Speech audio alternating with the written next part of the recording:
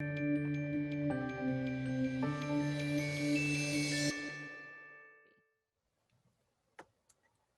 am so happy to introduce our speaker today, Dr. Marilyn Monteiro. During her 30-year career, Dr. Monteiro has evaluated more than 4,000 children on the autism spectrum. In addition, she has trained scores of educators and clinicians in the US and internationally, teaching them how to diagnose and understand children on the autism spectrum and communicate with the children's family. Dr. Monteiro has pioneered a qualitative approach to evaluation that gives clinicians the tools to describe autism spectrum behavioral profiles in individualized and descriptive terms, leading to practical intervention strategies. Her descriptive evaluation tools complement and enhance the use of standardized autism tools, including the ADIR, providing evaluators with a visual framework and accessible language to describe each child's autism spectrum differences in development and substantive terms. Please welcome Dr. Marilyn Monteiro, your speaker for this afternoon. Thank you, Stephanie, and I'm so happy that you're to be here today with you, and I appreciate so much your being the moderator. And I want to say thank you also to everyone at WPS for their support and for providing this webinar. So I'm looking forward to spending the next hour with all of you. So I want to say to everyone who is tuning into this webinar together and spending time, taking time out of your afternoon to be here, welcome to all of you. And to my colleague in Portugal, bem-vindo. So I want to make sure everybody feels welcome, and I'm delighted to talk with you today to introduce you to the MIGDAS 2 sensory-based process and how you can think about using it to individualize your autism diagnostic process and the important work you do wherever you are and in whatever setting you are in when you're helping people understand children and adolescents and adults with this brain style difference.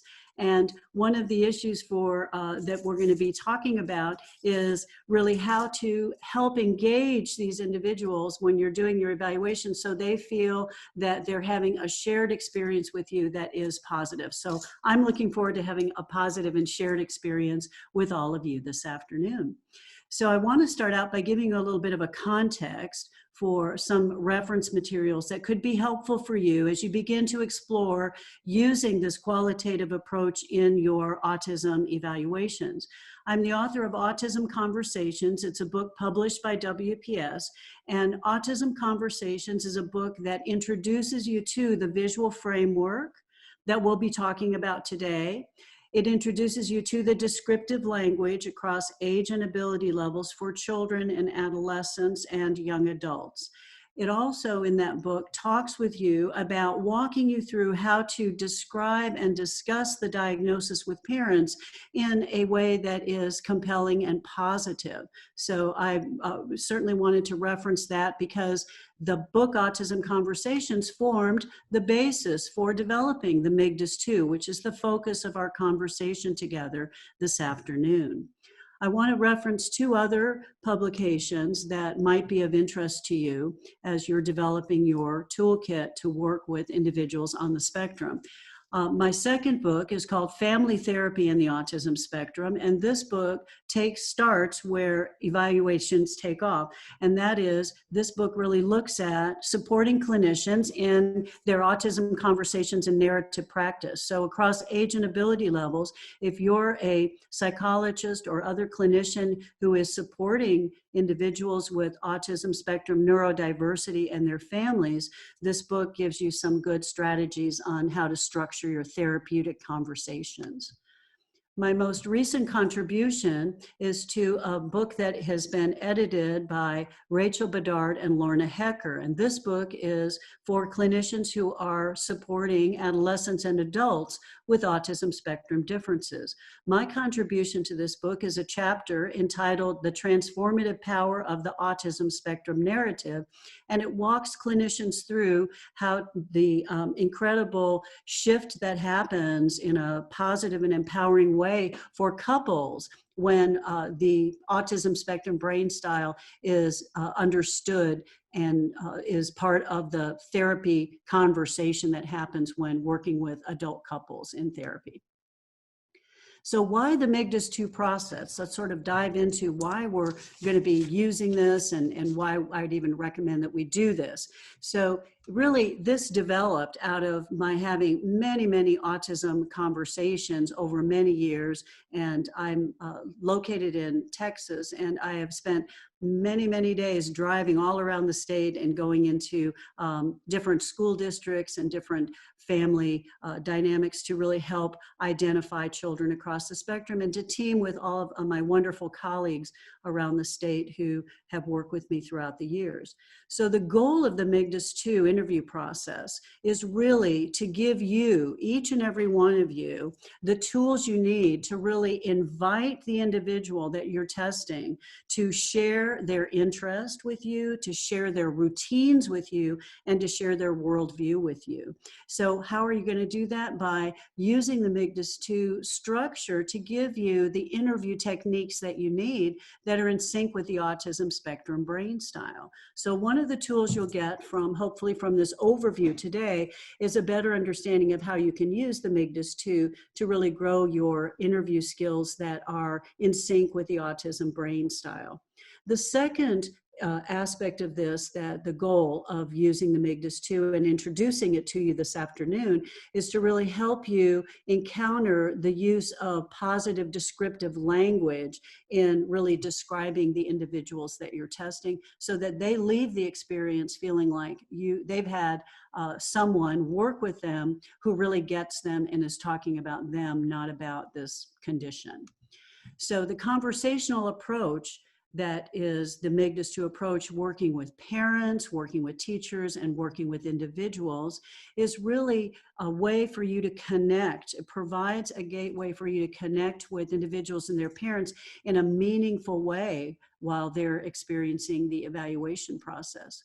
When I first started developing this many years ago, one of the key things I wanted to experience myself with the individuals I was working with was to have it be, have the evaluation process be enjoyable.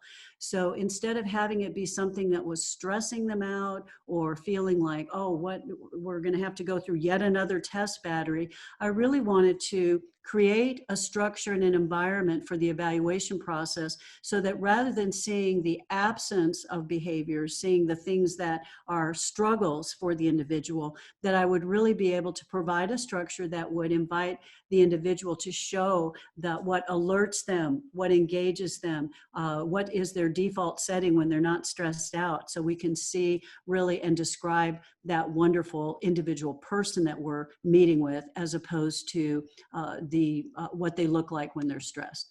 So children and families, when you use this method, you give them a way to have a shared experience with you, so that, for instance, with the MIGDAS 2 interviews, rather than you setting up the structure and then they have to follow your structure in a very standardized way, you invite, you're coached through the protocols to invite the individual to show you and tell you the things they're interested in, and then you share that experience with them, as opposed to asking them to come into your neurotypical arrangement and show you whether or not they can do that. So we want to have that shared experience, and we want to have both the child and the parents leave that evaluation experience with you feeling that you have given them a nuanced and positive understanding of their child and their child's individual story. So this is all about individualizing the diagnostic process.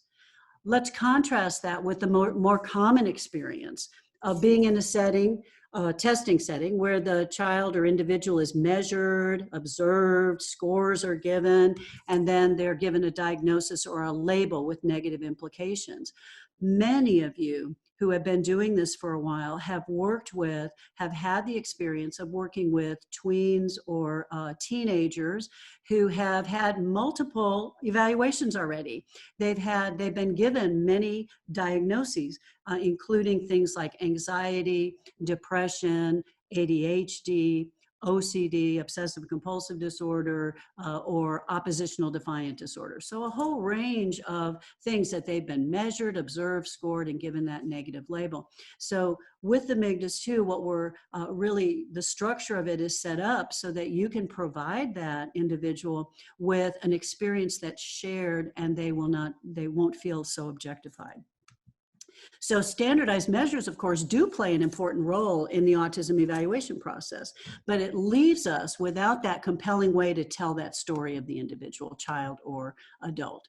So standardized measures like the ADOS-2 provide a good, solid, structured behavioral sample that emphasizes social communication differences. And that's very, very helpful and important. But it's limited in the use of sensory-based materials and limited in the prompts that are part of the standardization to be able to really explore that individual's ability to explore interesting sensory materials or talk to you.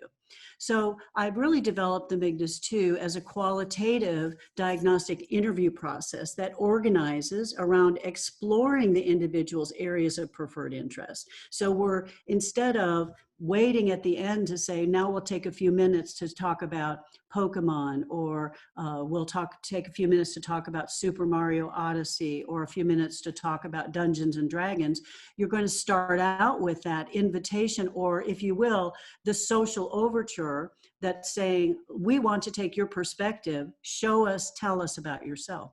So we want to invite them by exploring their areas of preferred interest, and also to explore materials that have interesting sensory properties.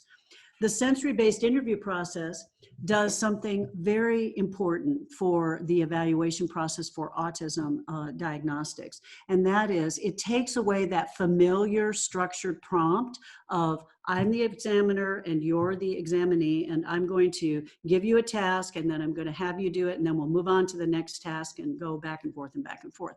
What it does, when you have that, many people who are verbally fluent and who have cognitive strengths will oftentimes, they will conform to that, and they will give you prompt dependent responses. But what you miss is, you sometimes, what is masked are the individual's underlying patterns.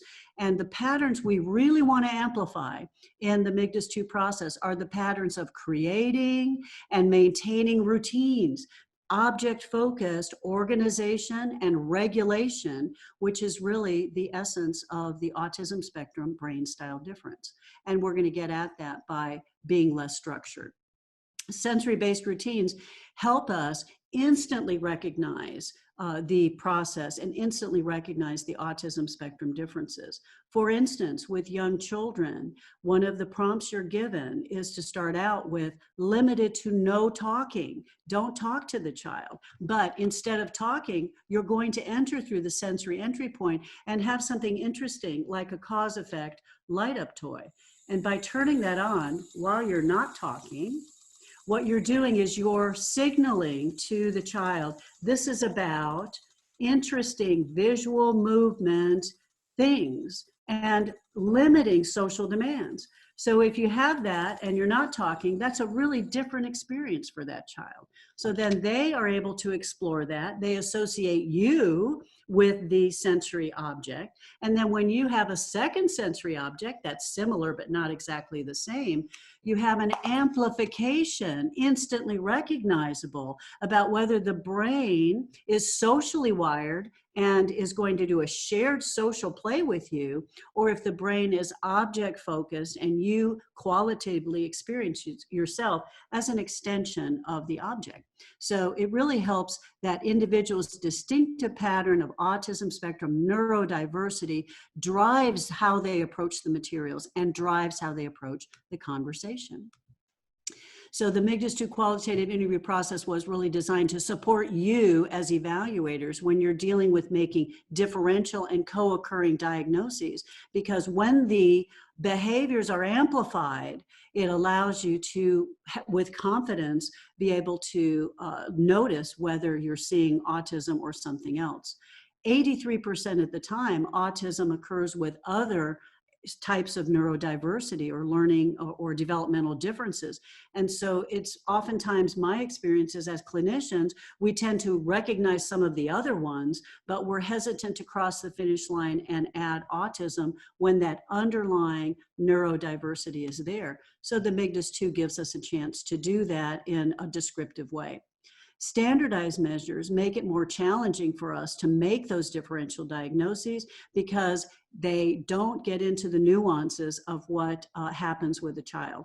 And oftentimes we have discrepancies between what parents say and what teachers say. So we don't want to be left hesitant to add our diagnosis if it's the accurate one or the most compelling way to talk about the individual. The MIGDAS 2 helps you gain that confidence.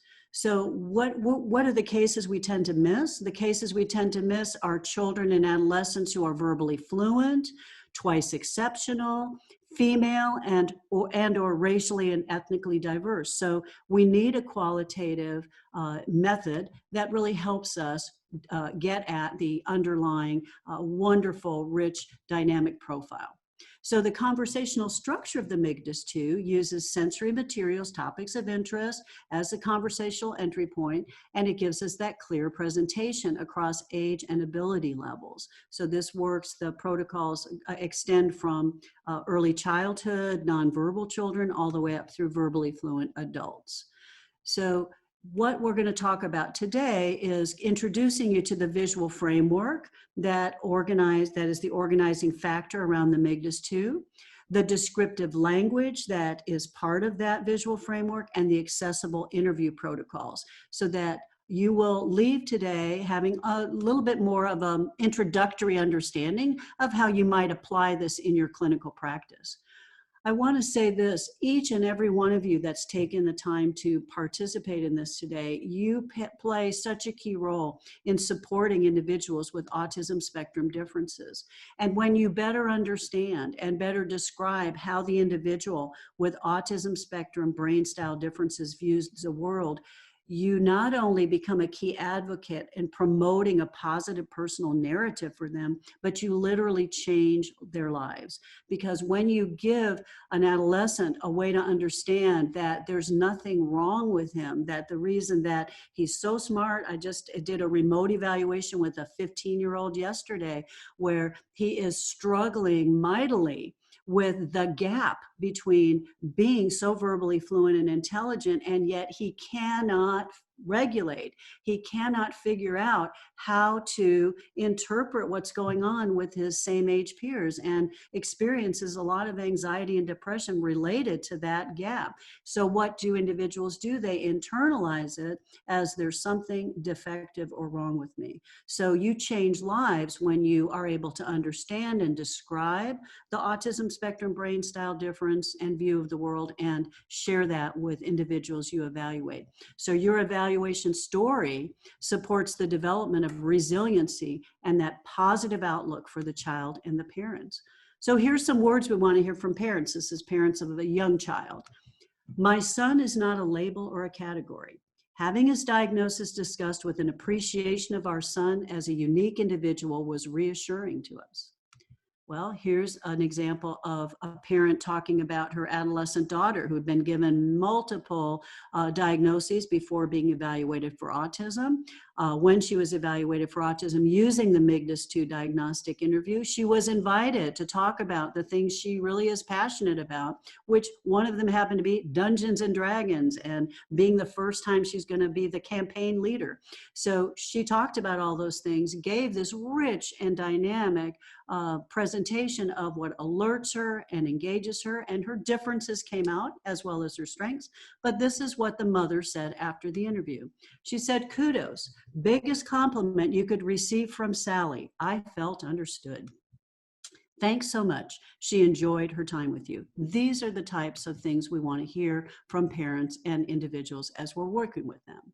So today we're going to go through the overview of the MIGDAS 2 system of interviews and talk about how you can integrate their use into your toolkit.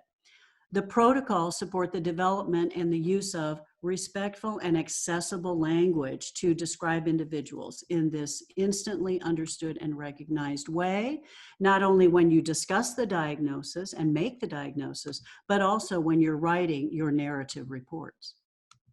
So the MIGDAS 2 process is built around a visual framework.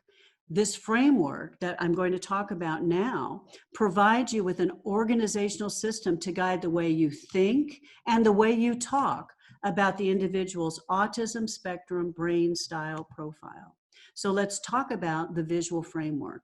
I first developed this visual framework years and years ago when I was doing many evaluations and having to tell parents day after day, each a new set of parents every day, sometimes 2 or 3 times a day, showing them instead of telling them about their child. So the visual framework is really a way to have a visual schematic to organize your findings. Many of you in your evaluations will find that you write a lot of notes when you're evaluating a child or interviewing a child, but you don't really have a system to put them in. So the MIGDAS 2 provides you with this system, and it's based around the descriptive triangle. So the descriptive triangle starts out with what's in the middle, and you can see on the slide, it says differences in development. Or we can also refer to it as differences in brain style. This language is extremely important because we are shaped oftentimes to use the language of deficits. So we'll talk with parents about their child has strengths and weaknesses or strengths and deficits. And when we do that, when we tell individuals that you have strengths, but you also have some weaknesses, they don't hear the strengths. They're waiting for you to tell them what's wrong with me, where are my deficits? And really, when we're making the diagnosis of autism, we're really looking for patterns of differences in development as opposed to patterns of deficits. So when we use the word differences, anxiety goes down and people are more receptive to listening to what are those differences? How can we use or leverage those differences or use our understanding of those differences to bridge the gap between how those differences organize the person and the agenda they need to follow in school or work or relationships. So there's 3 areas of differences in development or patterns of differences in development we need to see to really look at an autism diagnosis. The first of those, of course, is language and communication. So in language and communication, we're really looking at, with the MIGDAS 2, giving you lots of descriptive language that helps you identify what are strengths and differences in terms of initiating conversation, sharing conversations, extending conversations, and flexibly shifting from one conversational topic to another. So we're looking at patterns of strengths and differences. The second area we look at is social relationships and emotional responses. And again, we want to amplify strengths. Many individuals on the spectrum, almost all the ones that I have known in all my years together, more than 30 years now, is really social relationships. They form, of course, loving, connected, bonded relationships with people. They have strong emotions and have the capacity to be empathic about others once they understand the other's perspective. So the issue really is looking at differences in being able to have a social narrative, interpret social information, and regulate emotions. So those are the first 2 areas, but we have a third area we need to look at before we really finish our visual framework for autism, and that third area is sensory use and interest. In the criteria, this is referred to as restricted interests and repetitive behaviors, but that's very negative labeling language, and no one wants to have more of those. So instead, when we talk about sensory use and interest, we can talk about the interests that the individual has and the form of those interests. For instance, a child who really likes to play Super Mario Odyssey is going to be someone who is a visual thinker, likes three-dimensional imagery, is really looking at strategic planning, categorical thinking, on and on. So we begin to look at, also in that, low load language thinker, right? You don't have to have a lot of language when you're having Super Mario say, here we go, and jumping around. So you have the language is low load, and also the social context that they have to interpret is kind of taken out of the equation. So we're looking at interest, form, and function, that's strengths, and we're also looking at sensory use, preferences, and sensitivities.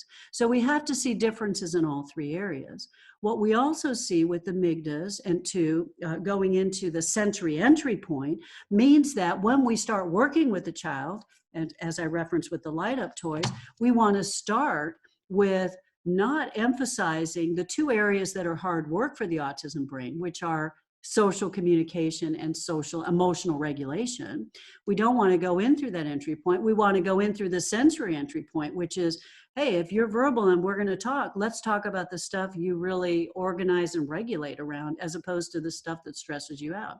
If you're nonverbal, let's go in through the entry point of the types of interesting materials you enjoy creating and maintaining routines with. So that is the visual framework that the MIGDAS 2 protocol system is organized around. Now let's talk about what comes with the MIGDAS 2 protocol system. Well, it comes with a manual. It also comes with a set of parent caregiver questionnaires. It comes with a set of teacher questionnaires, and it comes with the set of the 3 types of diagnostic interview protocols. So let's go through what each of those components entails. The first one, of course, is the manual. The manual is designed to provide you with completed protocol for cases across the whole range of age and ability levels, from early childhood, nonverbal, to verbally fluent, young children, all the way up through adults, verbally fluent adults. This gives you some some ways to look at the behavioral profiles, given our visual framework, of strengths and differences, sample profiles across age and ability levels. In addition to that, the manual also provides you with some rule-out cases where maybe 1 or 2 areas of our visual framework show some differences, but not all 3 areas do, as is the case with ADHD, ID without ASD, and language disability without autism spectrum differences. So the second component, let's talk about now the actual protocols that come with the manual. The first one, of course, is the parent caregiver questionnaire. And let's talk about that. The questionnaire booklet is really designed for you as a clinician to either have a face-to-face conversation with the parent, or to have the parent complete the booklet and then have a follow-up conversation. During these pandemic times, when I have moved to, like many of you, to remote assessments for autism, I'm doing the parent interviews through a remote platform like we're doing today, so that we can actually have our face-to-face conversation, and the parent is in their home, literally inviting me into their home to have this conversation. The booklet is set up with conversational prompts that are organized to start with areas of present concern. What's on your mind now? We can get to the developmental history, but let's talk about what is on your mind now. And then you want to have prompts for parents to discuss positive qualities and attributes, prompts for them to tell you information about their child's area of preferred interest, as well as giving you detailed information about their sensory preferences and sensitivities. The questionnaire booklet is designed to provide the parents and caregivers with a structured way to tell their unique and singular narrative about the child. Many of you have had the experience of giving out behavior rating scales and having parents send them back to you with a lot of notes in the margins where they're qualifying, they're trying to tell their story, basically. So in addition to the standardized rating scales, this MIGDAS 2 questionnaire booklet is designed to give the parents the message that you need to tell your story and we need to listen. It's important.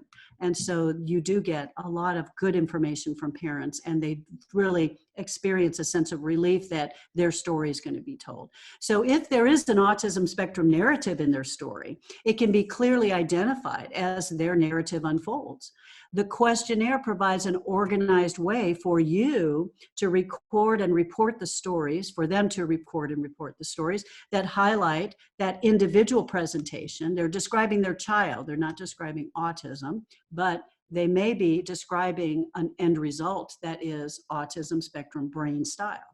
As a clinician, the questionnaire provides you with a structured opportunity to establish a relationship of trust with that parent that rating scales do not provide, or doing a more formal type of questionnaire where you're having to rate different things does not provide. So this storytelling narrative is something that you provide an opportunity to establish that trust when you use it. The booklet is designed so that you can transcribe the responses given to you by the parent or caregiver, including their story details, and you can include those in your compelling narrative for your assessment reports. When you do this, parents report, when they read the report, and if you are listening to this and you're a school psychologist or you work in school systems, oftentimes you're restricted to using a very structured report that is really has a lot of legal language in it, and parents don't really recognize anything that is compelling to them in it. But when you are able to put this questionnaire information in there, it's a narrative that they can they can read in the report. Oh, that's me, that's what I said about my child. So this is really designed to be given to the parents and used along with standardized autism-specific behavior rating scales like the SRS-2 or the ASRS. So we want to use standardized scales, but the parent interview is the way we get the story from the parents. Similarly, the teacher questionnaire is designed for teachers to write their narrative responses. Unlike the parent questionnaire booklet, the teacher questionnaire works better when the teacher is given several days to complete the prompts, and because they tend to report more detail and nuanced behavior information than they provide on the behavior rating scales, and they provide more information if they've actually had the student to look at and watch while they're reading the prompts on the questionnaire. So it's designed to be given to teachers along with standardized autism-specific rating scales. It prompts teachers to describe positive qualities of the student's strengths and things that they enjoy, as well as describing behavioral differences. So the interview booklet for the teachers is designed so you can transcribe the responses given by the teachers, including their story details, and you can add that to your compelling narrative report as well. So let's move on now to the diagnostic interview protocols, what you're actually going to be using when you are having your exchanges in the diagnostic clinical interview with children, adolescents, and adults. There are 3 interview protocols to choose from depending on the level of the individual you're going to be evaluating. The first of the 3 protocols is for individuals with limited to no verbal fluency, and this is going to be used primarily for children, because by the time an adult has limited to no verbal fluency and is being evaluated, that if they have autism, more than likely it has been already identified. So it's for individuals with limited to no verbal fluency, and there's not a lot of talking involved in the process. The second protocol is for children and adolescents with verbal fluency, and the third protocol is for adults with verbal fluency. Each interview protocol is organized around the 3 areas of the descriptive triangle, and it provides descriptive language that contrasts behavior descriptions that are consistent with ASD, contrast those with behavior descriptions that are not consistent with ASD. So you have ASD descriptors side by side with neurotypical descriptors. So each page in the interview protocol provides 3 things. There are prompts to guide the evaluator in structuring the conversation or the nonverbal sharing of sensory materials. And these prompts are not designed for you to follow page 1, do a prompt, watch something, page 2, do a prompt. The prompts are really to help you shape your clinical interview toolkit and behaviors. So for example, one of the prompts will be to mirror what the child is doing in terms of pacing, how you're talking and how much talking you're doing, pacing and mirroring what they're doing with objects, and taking the lead from the child. So that's an example of some of the prompts that are there. For conversations, a prompt would be to start the conversation by stating a fact or information about their area of preferred interest as a social overture to start the conversation, and then at some point interrupt what they're saying to see if they have the brain flexibility to manage a conversational partner. So those are examples of some of the prompts. The second of the three things that is on each page of the interview protocols is the observation section. The observation section has descriptive language that is contrasting consistent with autism with not consistent with autism. We're going to look at an example here in just a moment. The third of the three things on the interview protocol pages is some space for you to note and record specific and memorable things the individual says and does. So we need descriptive language that is consistently describing autism brain style in positive and descriptive terms, but we also need signifiers or memorable things the individual says and does that are examples of that. So the protocols give you a space to put all that together. So let's look at a few items taken from the Diagnostic Interview Protocol for children and adolescents with verbal fluency. All right, so what you're seeing on the screen now is one of the items from Language and Communication. And this is just a segment of the page under Content of Preferred Topics. So you can see on this that the left-hand descriptors are consistent with ASD, and the right-hand descriptors are not consistent with ASD. So we can see on the left, it says, speaks in a narrative that has a sensory self-directed quality to it, focuses on details of his or her narrative to the exclusion of the participation of the evaluator, repetitively manipulates one or more of the sensory items throughout the interview. The last line on that side is uses recurrent phrases like, well, actually, to regain control of the conversation and direct it back to a preferred topic. This is contrasted with things like discusses a variety of topics, engages in a reciprocal exchange of information regarding the topic of discussion, and displays equal interest and engagement in the conversation regardless of the topic. So you're looking at descriptors that you are going to be able to read and then endorse. Was my experience consistent with the one on the left or the one on the right? So these descriptors help you as an evaluator identify what your experience was with the individual during your diagnostic interview. The descriptive language also helps you as an evaluator recognize your experience after the interview when you read the contrasting language. So you're going to have it jump out at you. That was my experience, as opposed to that was not my experience. The language provided not only describes autism-specific behavior patterns in each of the three key areas, but it also describes the neurotypical behavior patterns one might expect to see in a brain that has social wiring as opposed to sensory and object-focused wiring. So this language highlights goals for the individual as well. On the right-hand side of each page, the neurotypical or not consistent with autism descriptors are designed to help you identify goals for intervention, teaching, and coaching. So if the individual maintains a focus on preferred topics, then a goal could be expanding that and using that. What context do they need to have and coaching do they need to have so they can discuss a variety of topics and they can stop their self-focused narrative to engage in some reciprocal exchange of information. The protocols shape the process for you as an evaluator to systematically identify, step by step, systematically identify the descriptors that fit your experience. And that builds a pattern of observations that lead to your diagnostic outcome, because this is a complex diagnosis that isn't made on just one thing. As we noticed with the visual framework, there are a lot of moving parts. So we really want to look at systematically gathering information through the MIGDAS 2 process and then building a pattern of observations.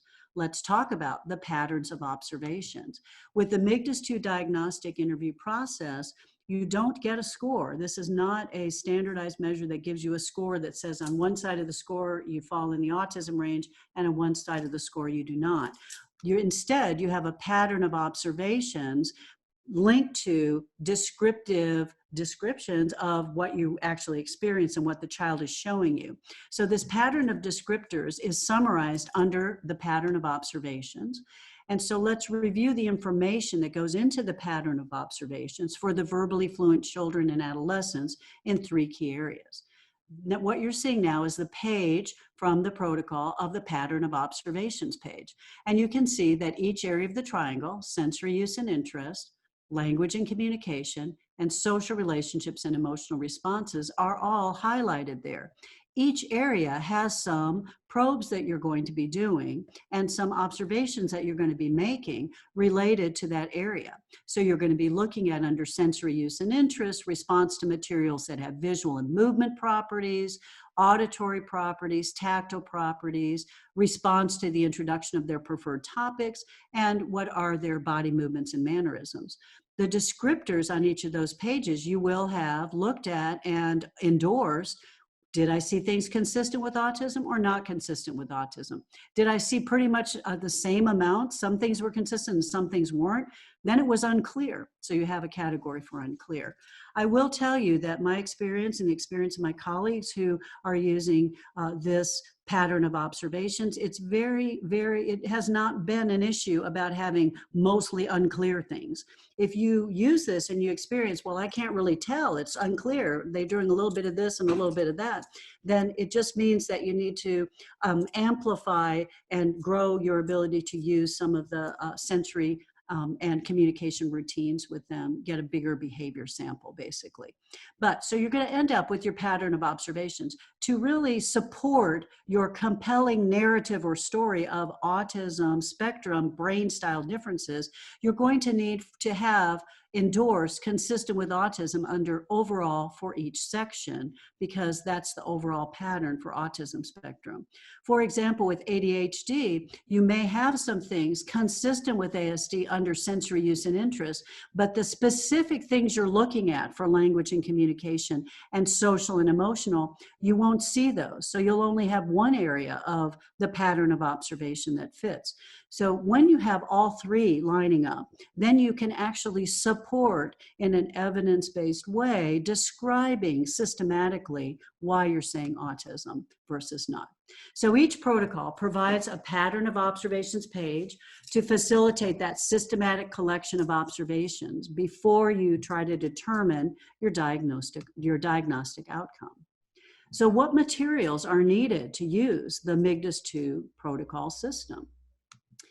In addition to purchasing the manual and the sets of protocols, you'll need to collect sensory materials that contain visual, tactile, movement, and sound qualities. Now, many of you who are listening today are clinicians who have already acquired some sensory fidget materials, because that's part of what we do when we work as clinicians, is have things that are going to be icebreakers or things that a person can manipulate or kind of distract themselves with or organize and regulate with them. So even though you probably already have some of these materials, but what you're going to want to do is really have your sensory basic kit or set of materials that you're going to use. Depending on the age level that you're working with, they're going to change slightly. For example, with young children, you're going to have more things like spinning light up toys and other things that are manipulative, that have cause-effect properties, inset puzzles, things like that. With school-age children and even up through adulthood, you're going to have things that are going to be more in line with actually building things like magnets, Rubik's Cube, but even more than Rubik's Cubes, they're fine, but they're not as compelling because they're more common. What works really well are things like magnet balls that have small pieces that can be put together and taken apart systematically over and over again to amplify that creation and maintenance of routines. And then with adults, having just sitting at the table next to them, materials that have sensory properties, quality of visual, tactile, movement, and auditory, they will engage with those materials in quite a different way than people who don't have the autism brain style. A list of suggested sensory supports and materials are available on the WPS website. So what training do you need to use the MIGDAS 2 protocol system? This was just a quick introduction today to the system. So really to use it, if you participate in a full day workshop, that's really going to prepare an experienced evaluator to begin using the MIGDAS 2 system as part of your autism evaluation toolkit. You don't need a lot of extra training for this. You need to really be able to see what it looks like a little bit and to be guided through what the process, the thought process is. And then you begin to get familiar with the language and the structure. There is a 3-part structure to the interview that starts with sensory, then moves to social and emotional, and then moves to doing some form of movement. So getting some training on those specifics can be very helpful to you, and I recommend that you do participate in a workshop before you begin using it, unless you feel when you go through the manual that you're experienced enough as a clinician that you feel like you know how to do it. All right, so online training workshops are currently available once a month through my website. And starting in 2021, WPS is going to be offering MIGDAS 2 online trainings on their platform. Another way you might access trainings would be to request that your state professional organization or your school district sponsor a full-day MIGDAS 2 training workshop. So there are various avenues that you can go through to access getting more specific training on the MIGDAS 2. So that is what I wanted to say about generally introducing you to it. I want to talk just a little bit about what about using the MIGDAS 2 protocol system during the pandemic. I have been using it, and many of my colleagues have as well, since the pandemic started, using remote use of the MIGDAS 2. And it really transfers well to the remote setting because many of the strategies that you're doing, which including the parent interview, parent and teacher interviews, if you have a secure online platform, you have that initial conversation with the parent. They're in their environment. They can show you where you can do the remote evaluation with their child. When you do that next step, you're establishing that trust and that relationship with them. It works really well to do that remotely. When you're actually working with children and adolescents with verbal fluency, I just mentioned that I was working with a 15-year-old remotely who is verbally fluent. What happens is you can really, this translates very well to the remote as opposed to in person, because many of the prompts and the techniques that you use to engage the individual, which is pacing yourself to the individual, mirroring their style, showing and telling things. Those are all things that can be done remotely as well as in person. I had one adolescent that we did an evaluation with not too long ago remotely who was really had difficulty expressing himself verbally. So we had almost the whole evaluation done silently through talking about what was it, Call of Duty, and different aspects of that through the chat box. So you can do these remote applications to the MIGDAS 2 that work very well. So the interview for children and adolescents with verbal fluency can be modified by using the individual sharing their objects and topics of interest in their familiar home setting while they're speaking to you. For children with limited to no verbal fluency, you can modify this for use remotely by having the parent and the child interact with preferred materials at home, and then you're observing and noting. And with these, I've had the parent be very flexible in moving when the child's pacing or engaging in some repetitive routine to regulate. They will move their device so that I can see what's going on. When you can, if parents give you informed consent, written permission, then recording those can also be helpful.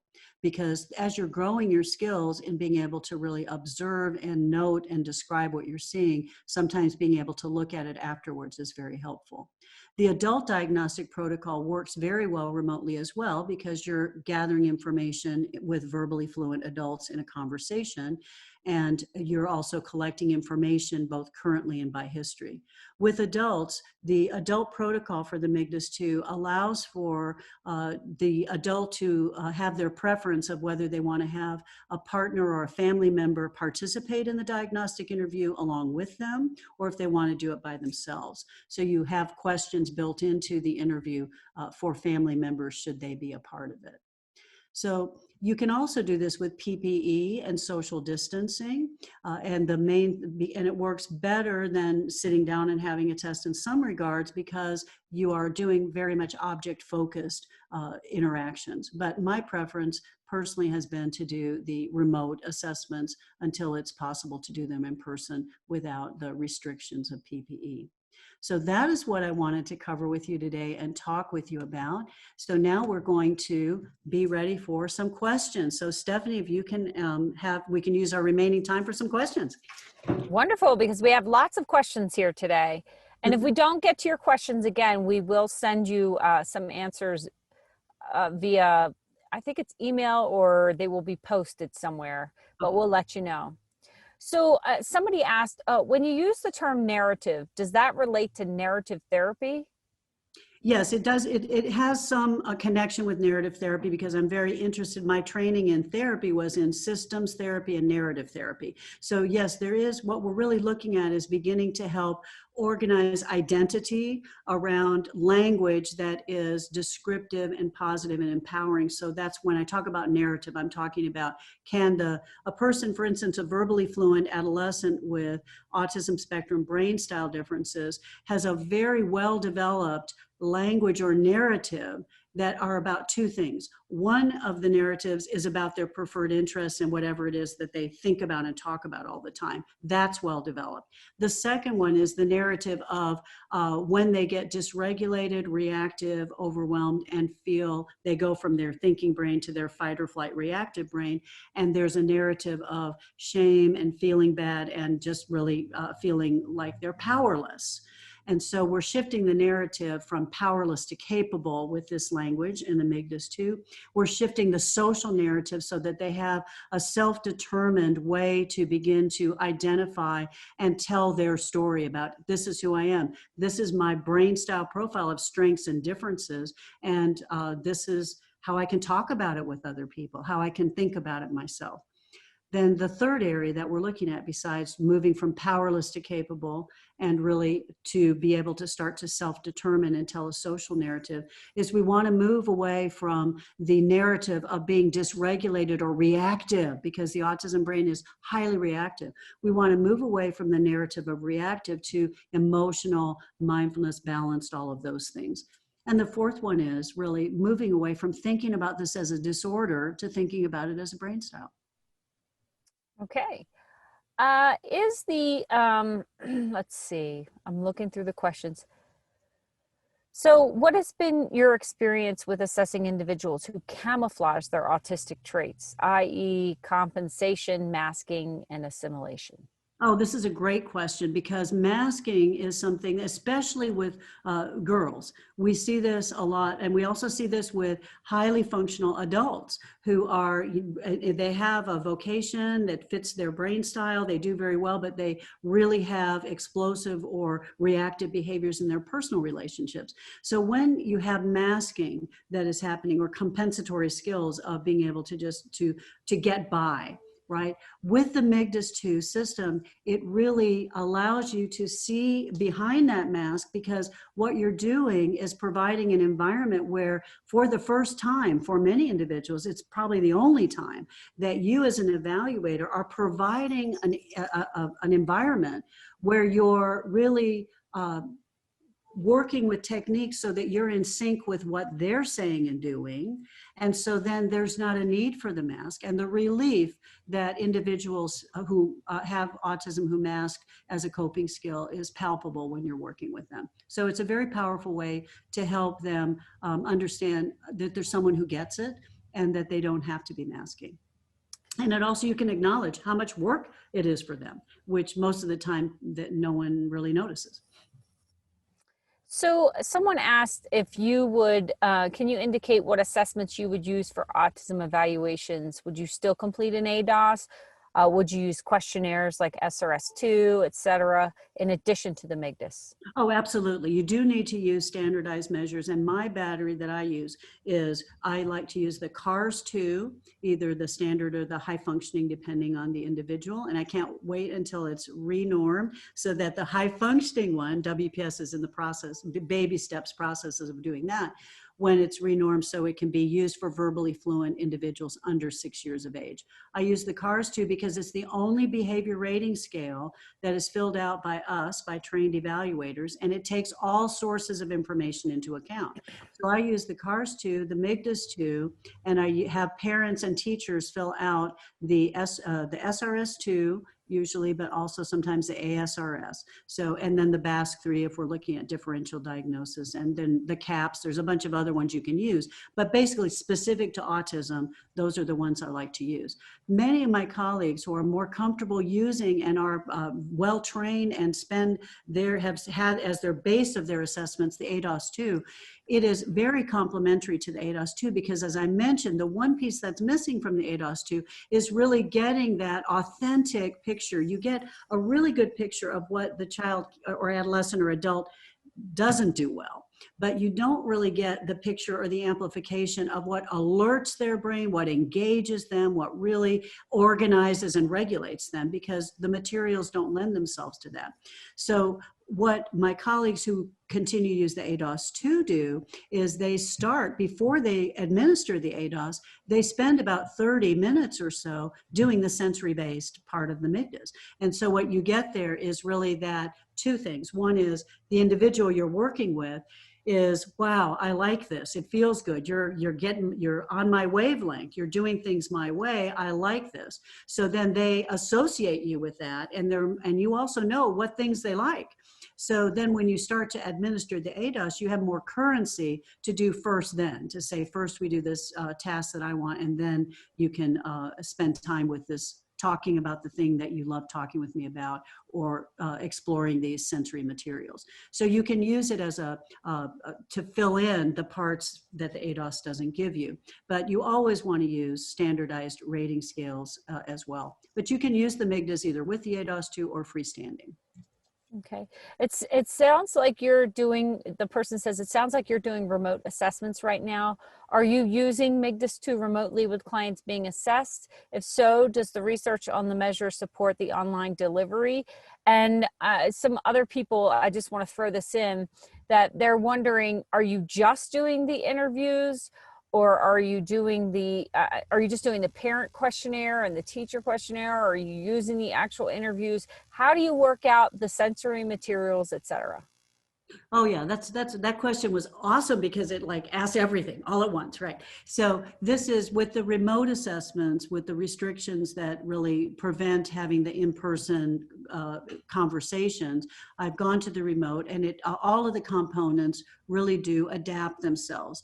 There isn't research that says it's applicable or not. It's really looking at it. You have to look at this as this is a qualitative interview technique, an interview set of tools, as opposed to an assessment that you're going to get a quantitative score with. And so this allows you to adapt it. And when you're using the sensory materials, I'll give you an example of a 5-year-old I did an assessment with not too long ago. I've already given you 2 examples of other children. With this 5-year-old, he was building with his Legos at home, and so I held up some materials as well. And so I have a whole set of, in one of my workshops, I really go through in detail the 10 things you need to do to modify for remote assessments in more detail. But the short answer to the question is you can do it remotely. Great. Let's see. So I think you ought to talk a little bit about, people need to know about the statement you talked about a little bit more in administering it remotely, and that it's available. Can you just expand on that a little bit? About the remote, the remote application, right? Because that's something that everyone is, of course, concerned about now. With the remote application, not only are you going to be doing the interviews remotely. So the parent interview, that's pretty straightforward. I talked about, you're invited into their home, then you set them up discuss with them what is happening.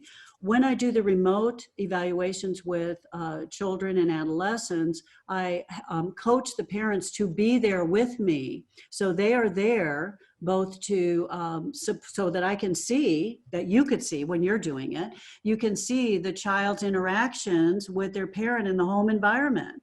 And in addition to that, the parent is coached by you when they're supposed to participate or not. So they can actually do parts of the sensory introduction of materials, and you can coach them and watch those things remotely.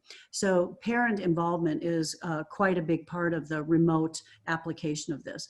The second thing that goes on with the sensory materials is you can demonstrate and show sensory things because you're setting up routines. And the whole idea behind the MIGDAS 2 is when routines are created and maintained, is there flexibility with the routine, number one? Is it an object-focused routine, number two? And is there a social component or element to it, number three? So you can do all of these things remotely. So a lot of people have asked about this compared to the ADIR, and do you use one in lieu of the other, or what? This is right. The two, most of you are using the ADIR and companion piece to the ADOS as your assessment. And if you've been using that, then you have the things that you really like about it and the things that you feel like you need just a little more information. The same is true with the MIGDAS too. You're not going to get everything that you need from that, but you're going, because you do need your standardized measures and your rating scales and things, but you are going to get a lot of things that you can't get through any other modality other than this clinical interview.